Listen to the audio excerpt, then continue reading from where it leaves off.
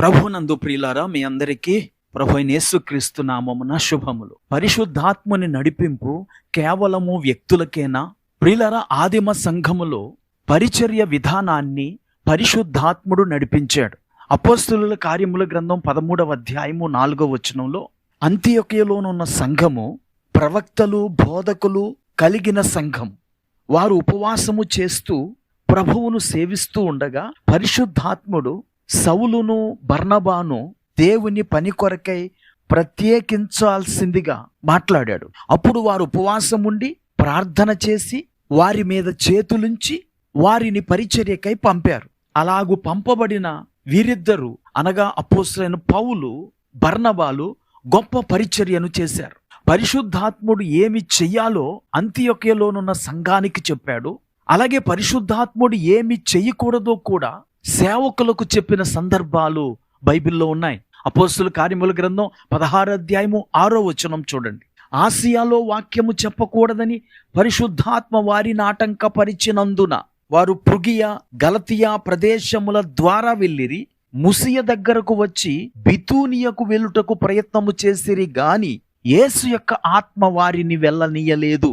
అంతియొకయలోనున్న సంఘములో పరిశుద్ధాత్మ ఎవరిని పంపాలో చెప్పాడు.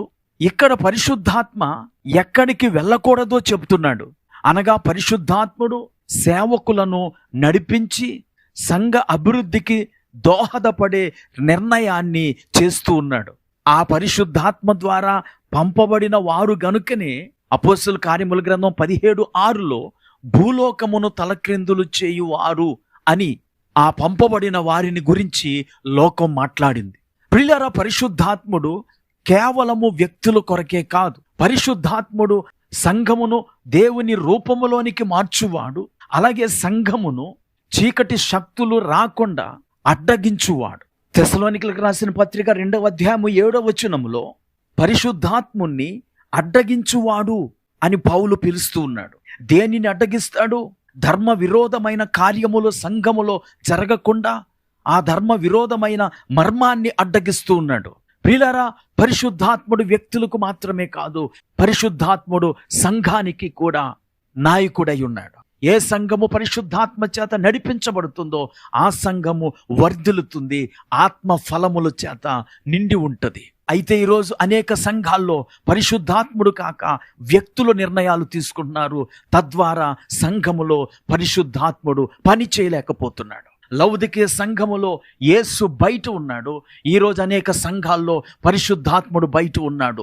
ఎందుకంటే వ్యక్తులు అక్కడ కీలకమైన నిర్ణయాలు తీసుకుంటూ సంఘాలను నడిపిస్తూ ఉన్నారు. ఈ మాటలు వింటున్న ప్రియ స్నేహితుడా, సోదరి, పరిశుద్ధాత్మకు పెద్దపీట వేసి ప్రాధాన్యత ఇచ్చే సంఘములో మీరు ఉన్నారా? లేదా వ్యక్తులు నిర్ణయాలు తీసుకొని పరిశుద్ధాత్మకు చోటు ఇవ్వని సంఘంలో నువ్వుంటే పరిశుద్ధాత్మ కార్యాలు నీ జీవితంలో జరగవు. ఏ సంఘములైతే పరిశుద్ధాత్మ కార్యాలు జరుగుతాయో, ఏ సంఘములైతే పరిశుద్ధాత్మకు ప్రాధాన్యతనిస్తారో ఆ సంఘములో మీరున్నప్పుడే ఆ ఆత్మ ద్వారా మీరు అభివృద్ధి చెంది ఆశీర్వదించబడతారు. ప్రభు రాకడలో ఎత్తబడగలరు. లేకపోతే మీరు ఆత్మ లేని వారిగా విడువబడతారు. ప్రార్థన చేసుకుందాం. కృపా కనికరము కలిగిన మా తండ్రి, నీకు వందనాలు. పరిశుద్ధాత్ముడు వ్యక్తులకు మాత్రమే కాదు, సంఘాన్ని నడిపించే నాయకుడిగా ఈ వీడియోలో మీరు మాతో మాట్లాడారు. ఈ మాటలు వింటున్న మా ప్రియ బిడ్డలు పరిశుద్ధాత్మ ద్వారా నడిపించబడే సంఘానికి వెళ్ళి అక్కడ ఆరాధనలో పాల్గొని ఆశీర్వదించబట్టకు సహాయం చేయమని యేసుక్రీస్తు నామమున ప్రార్థించి వేడుకుంటున్నాము. ఆమేన్.